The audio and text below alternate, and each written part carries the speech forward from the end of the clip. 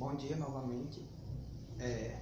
Vamos aqui gravar o nosso último vídeo, para a revisão de educação física e continuando nessa questão dos sistemas, partindo agora para o sistema muscular e esquelético. O muscular é um pouco mais complicado porque tem um processo fisiológico da contração muscular, não é verdade?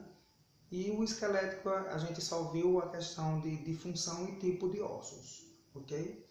Então vamos partir para a parte do sistema muscular. Sempre começava nossas aulas falando a função de cada sistema desse. Perguntava aos alunos e geralmente eles sabiam essas funções, certo? O sistema muscular, ele nos permite fazer as atividades diárias porque os movimentos que a gente realiza no dia a dia, o ato de falar, de movimentar um braço, piscar um olho, acontece devido às contrações e os relaxamentos dos músculos que possuem no nosso corpo. Então, a movimentação do dia a dia, os movimentos que a gente faz durante o dia a dia é uma das funções do sistema muscular, certo? Sustentar o corpo juntamente com o sistema esquelético também é uma função do sistema muscular, certo? Proteção dos ossos, o sistema muscular protege os nossos ossos, os ossos do nosso corpo, não é verdade? Então, vamos dividir a questão do músculo, ok? Eu levei para a nossa sala esse músculo, um músculo que desenhado para você, e ele está como se fosse dividido em partes, ok? A primeira coisa que eu falava era que a estrutura no final do músculo, próximo ao osso, possui uma estrutura branca, meio acinzentada, que é os tendões, que na verdade a função do tendão é ligar um músculo ao osso para que aconteça esse movimento, a mecânica do movimento, certo? E aqui está para vocês um músculo, uma representação de um músculo, ok? A representação de um músculo. Eu disse para vocês que o músculo é dividido em partes menores, ok? Percebam, partes menores. Tá aqui. Essas partes menores do músculo, elas são chamadas de quê? De fibras musculares. As fibras musculares são divididas em partes menores, ok? Vocês perceberem, elas são divididas em microfibras e miofibrilas. Tá aqui a divisão, ok? E se vocês perceberem, dentro da miofibrila ou microfibrila, existem estruturas que são as estruturas responsáveis, na verdade, que nessas estruturas possuem proteínas. Vocês ainda não viram essa questão, mas questão de proteína e tal, mas é sempre bom se ligar. Dentro dessa estrutura menor do músculo, que é chamado de miofibrila ou microfibrila, existem estruturas menores que se chamam sarcômeros, que são as unidades contráteis e de relaxamento do músculo, certo? Percebam aqui, isso aqui é um sarcômero. Se vocês perceberem toda a extensão da miofibrila, existem milhares de sarcômeros. E esses sarcômeros possuem proteínas que a gente conhece como as proteínas mais finas, que são as actinas, que estão na periferia do sarcômero. E no meio do sarcômero existem as proteínas mais grossas, que se chama miosina, ok? Passando o slide. Pronto, vamos lá para a contração muscular.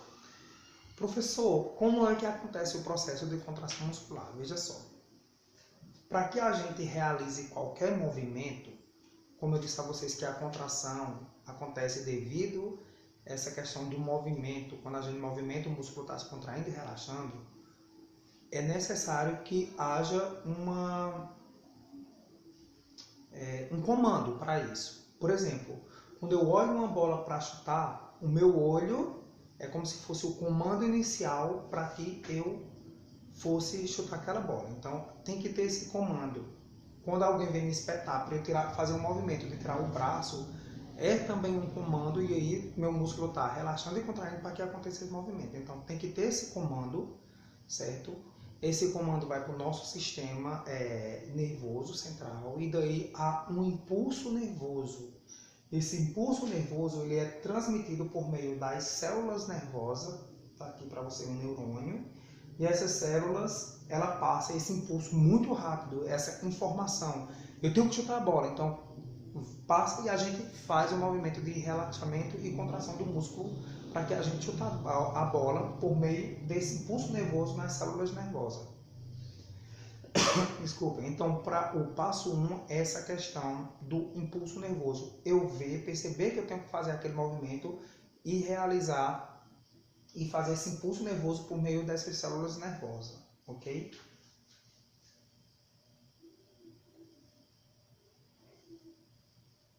Se vocês perceberem, existem esses dendríticos, tá certo? Essa parte aqui do axônio, que é o neurônio, que é a célula nervosa, existem esses dendríticos que onde elas vão se fixar ao músculo para que a gente faça o movimento de contração e relaxamento do músculo, ok? Aí eu ampliei essa imagem aqui para vocês, certo? Isso aqui é como se fosse apenas uma perna de um dendrito. Vai acontecer o quê? O impulso nervoso vem, chega até naquela perninha, que está aqui a representação maior para vocês, e vai acontecer a sinapse. O que é isso? É como se fosse a informação do dendrito para o músculo. Percebam que essas estruturas azuis são neurotransmissores. É onde vai passar a informação do impulso para o músculo. Aqui está como se fosse o músculo, a placa motora. E aqui, esse espaço entre a perna do dendrito e o músculo se chama fenda sináptica, ok? O neurotransmissor vai passar por essa fenda e vai chegar ao músculo para que aconteça o potencial de ação, o relaxamento e a contração do músculo. Primeiro, aconteceu o que? O potencial de ação, né? Segundo, vai acontecer o que? Os neurotransmissores vão passar do dendrito do axônio para o músculo por meio dessa sinapse, ou seja, dessa informação. Aí o músculo, o que é que vai acontecer?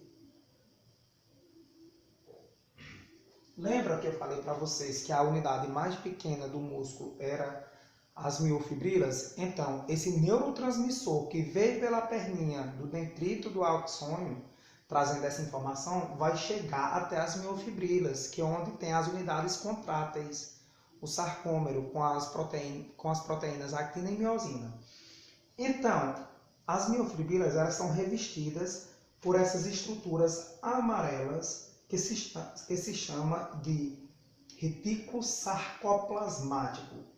Isso aqui ainda é como se fosse uma perna do axônio dendrito, tá certo? E aqui está tendo um potencial de ação, essa representação amarela. E essa estrutura amarela por cima das miofibrilas, onde tem os sarcômeros, é chamada de retículo sarcoplasmático. O que é que esse retículo tem de especial? Ele possui cálcio dentro dele.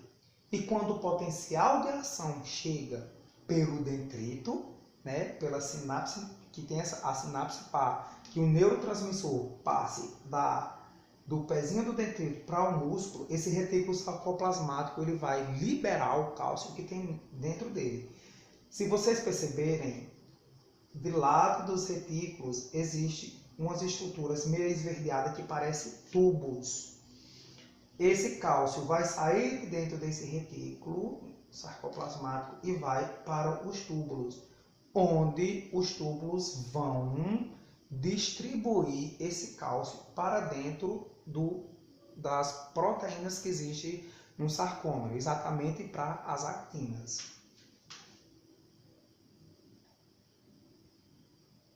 Tá aí a estrutura do sarcômero que a gente já viu. E aqui essa parte de cima é a actina, as proteínas mais finas, e aqui são a miosina, a proteína mais grossa, certo? O cálcio vai sai do retículo sarcoplasmático para os tubos, e os tubos vão distribuir para dentro dos sarcômeros.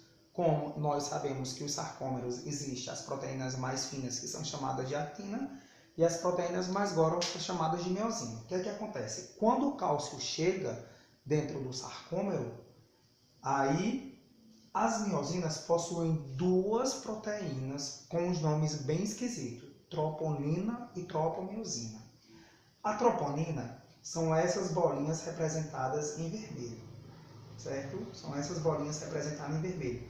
Se vocês perceberem, elas são ligadas por esses fios, que são também a proteína chamada tropomiosina.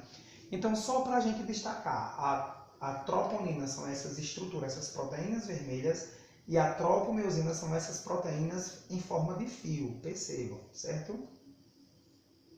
O cálcio vai chegar na troponina, ok? Nessas bolinhas vermelhas, e a troponina vai ativar a tropomiosina.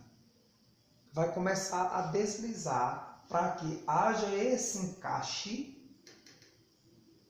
das cabeças da miosina na tropomiosina. Isso. Repetindo para que não haja nenhuma dúvida.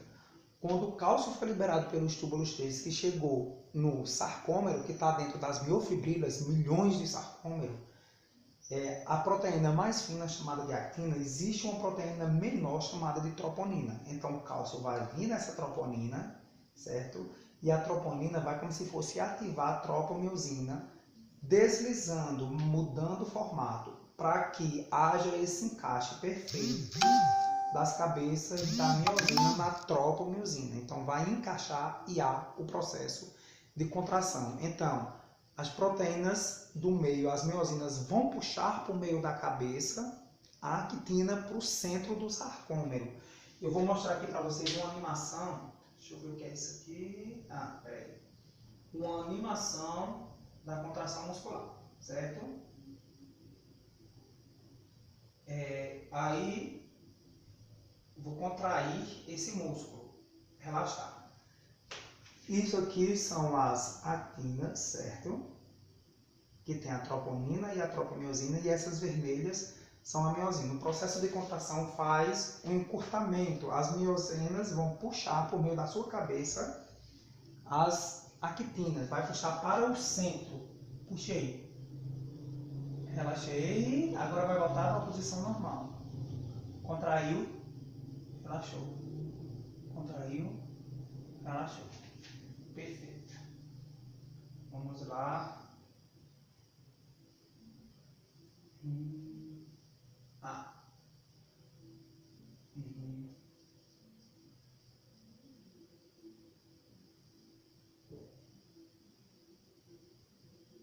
Como eu falei para vocês, está aqui a actina, certo? A troponina e a tropomiosina são esses fios. Quando o cálcio se liga às troponinas, essa tropomiosina vai se deslizar e encaixar perfeitamente nas cabeças da miosina. E a cabeça da miosina puxa para o centro do sarcômero as actinas. Por isso que o músculo diminui de tamanho.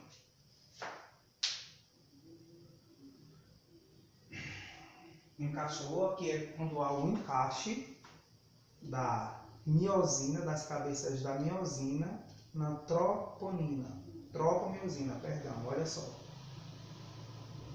E puxa para o centro do sarcômero.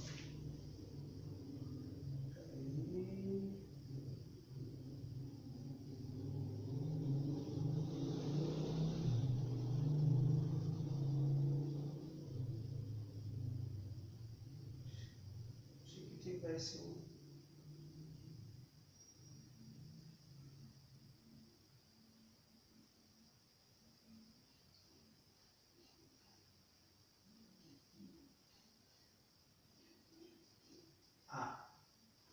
Olha quando há isso aqui é a actina, isso aqui é a miosina. Eu vou contrair o músculo. Pegou a cabeça, olha as cabeças da miosina puxando a actina para o meio. Repetindo. Pegando as cabeças da miosina e puxando a actina pelo meio, para o meio. As cabeças da miosina puxam a actina para o meio. Isso é a contração muscular. Eu espero que vocês tenham entendido, certo? assistam outros vídeos, vejam a imagem que eu pedi para vocês desenharem no caderno, leiam o passo a passo, porque é um pouco difícil esses nomes troponina, troponiosina, mas é só vocês terem essa questão de concentração que vocês vão conseguir, ok? E para finalizar, não ficar tão extenso, não tomar o dia de domingo de vocês, certo? Vamos falar aqui dos ossos. Função dos ossos, quais são? Fonte de sais minerais, certo? Cálcio, fósforo, a gente já disse. Concentração de células sanguíneas do corpo. Proteção dos órgãos vitais, coração, pulmão, cérebro, certo? E a parte que eu trouxe também para vocês foi a classificação dos ossos, ok? Eles são classificados de acordo com o quê? Com suas dimensões, a altura, largura e comprimento.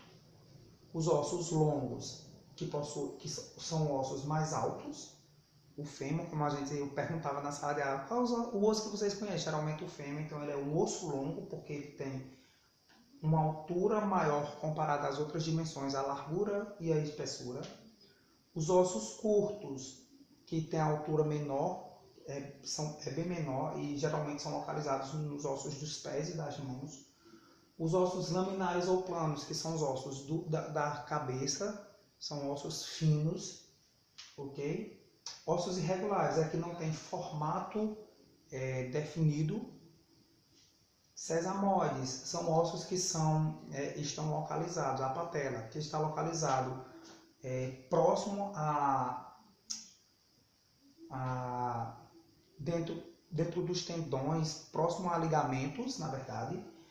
E ossos alongados, a gente não viu isso, então não precisa verem. E os ossos pneumáticos são ossos que contêm seios, ou seja, como eu falei para vocês, buracos que contêm esses buracos. Geralmente ossos da nossa face são ossos sesamoides também, porque contém esses buraquinhos. Ok? Obrigado, um bom dia, um bom domingo. Tenham luz nesse dia e que todos consigam passar nessa avaliação. Um abraço a todos, um beijo no coração.